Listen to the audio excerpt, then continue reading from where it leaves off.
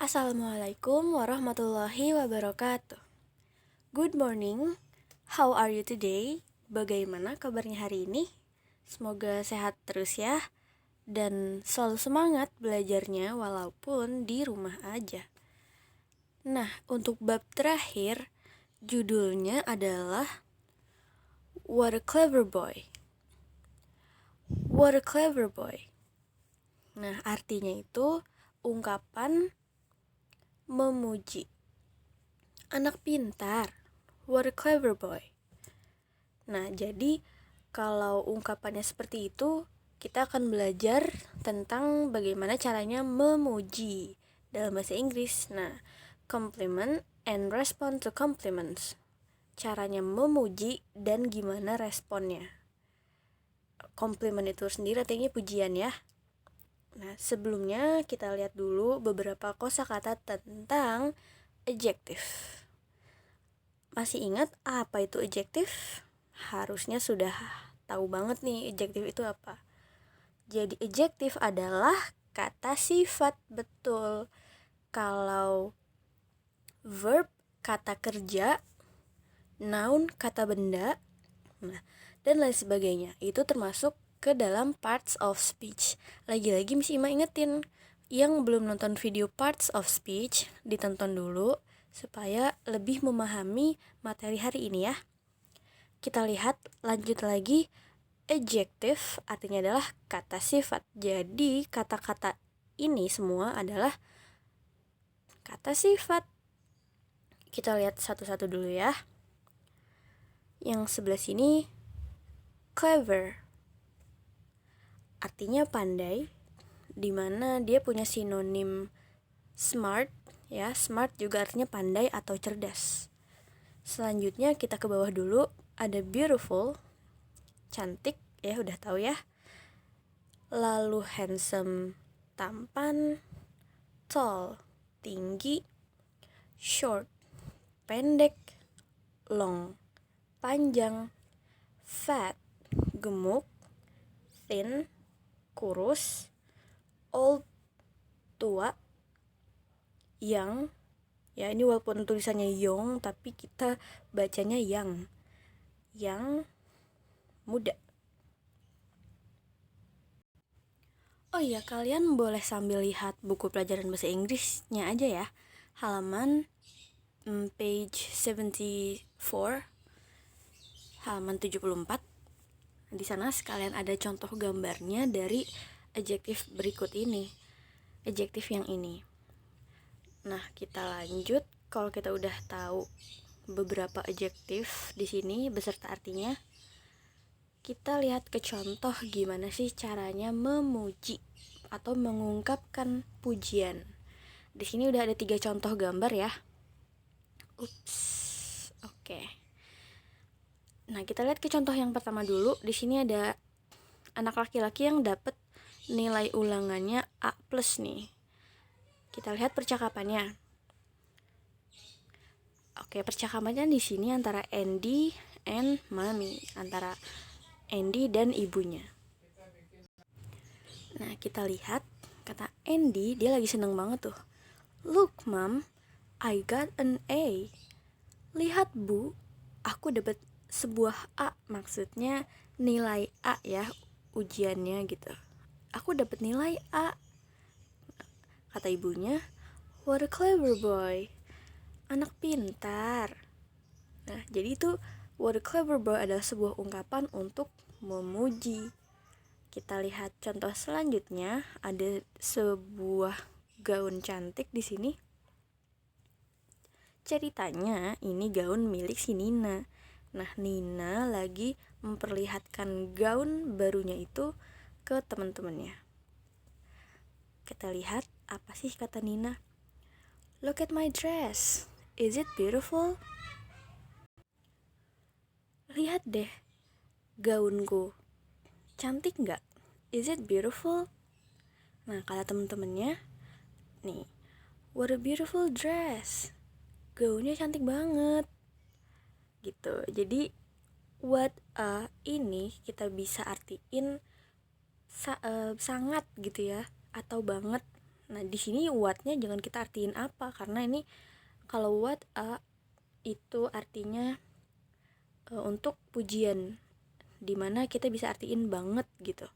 What a beautiful dress. Gaunnya cantik banget. Oke, kita lihat contoh yang terakhir. Nah, di sini ceritanya Susan dan Mike lagi jalan-jalan kali ya. Di sini mereka melihat pemandangan yang bagus. Nah, lalu si Susan di sini ngelihat ada pemandangan yang indah. Dia bilang ke Mike, "Hey, look. What a beautiful scenery." Pemandangannya indah banget. Atau sungguh pemandangan yang indah. Ya, kata si Mike, "Yes, it is." Dia mengiyakan kalau pemandangannya tuh indah, emang indah. Yes, it is. Nah, di sini kita bacanya bukan scenery atau scenery, tapi scenery. Ya. Hey, look. What a beautiful scenery. Sungguh pemandangan yang indah, atau betapa pemandangan yang indah gitu. Nah, oh ya, di sini kita belum lihat responnya ya.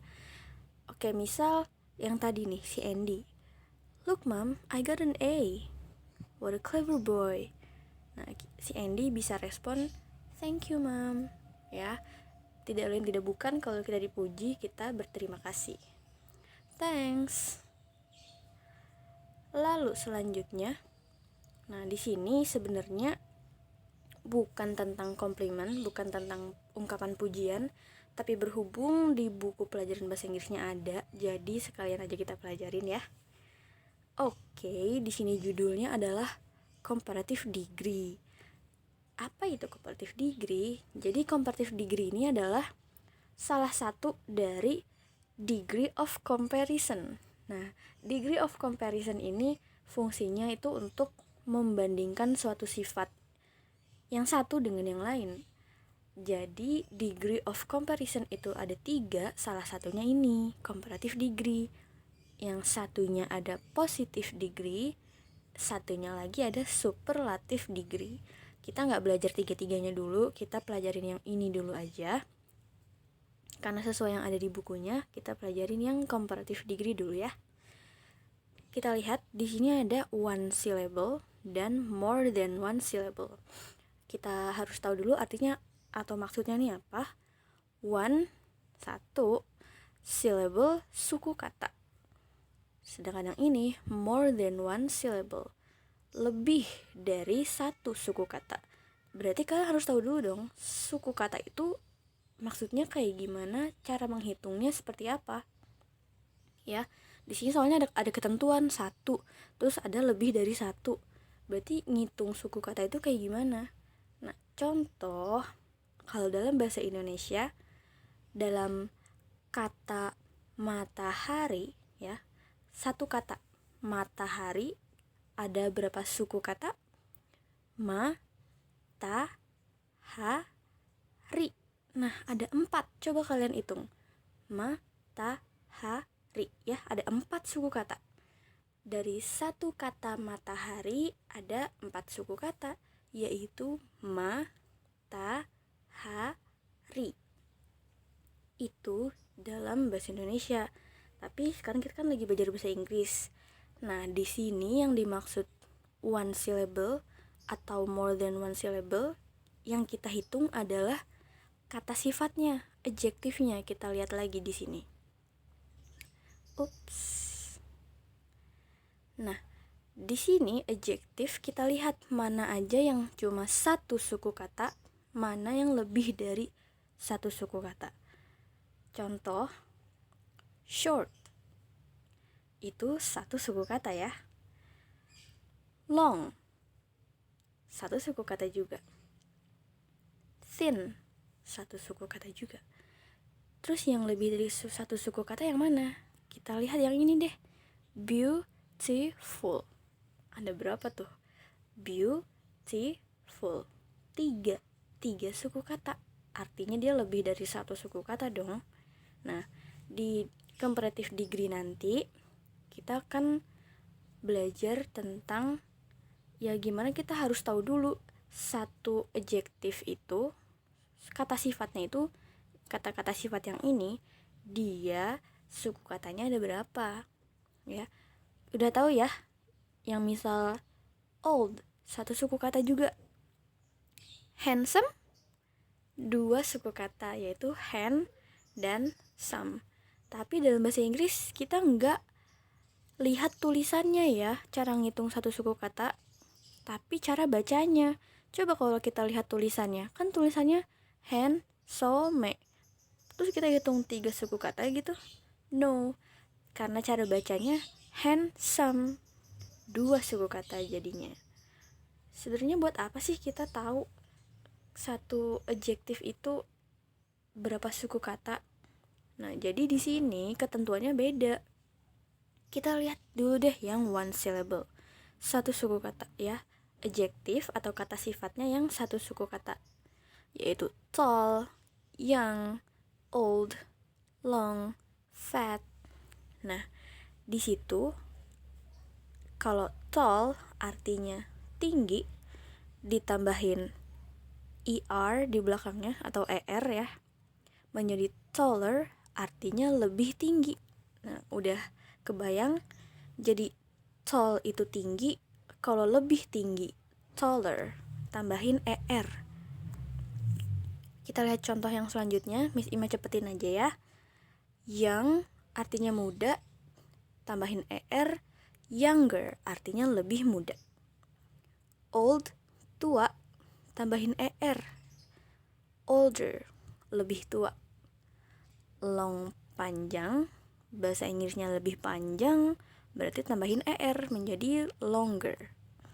Nah, fat gemuk, bahasa Inggrisnya lebih gemuk, tambahin er, fatter. Nah, ketentuannya tambahin er aja nih kalau kita mau menambahkan makna lebih ya. Kalau yang satu suku kata, tambahinnya er di belakangnya, di belakang kata sifatnya. Kemudian gimana dengan kata sifat yang lebih dari satu suku katanya? Ya, di sini ada beautiful, handsome, difficult, expensive. Di sini ada lebih dari satu suku kata ya. Beautiful 3, handsome 2 suku katanya, difficult 3 suku katanya, expensive ada 3 suku kata. Ya kan bisa ngebedain kalau di sini cuma satu. Tall, young, old, long, fat. Sedangkan di sini beautiful, handsome, difficult, expensive. So, kalau kita mau mengartikan atau membuat maknanya menjadi lebih, kita tambahin kata more di depan adjektifnya, di depan kata sifatnya ya.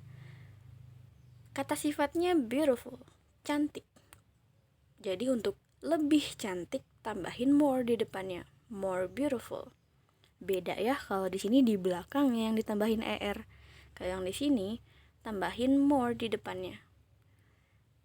Handsome, tampan, lebih tampan, more handsome.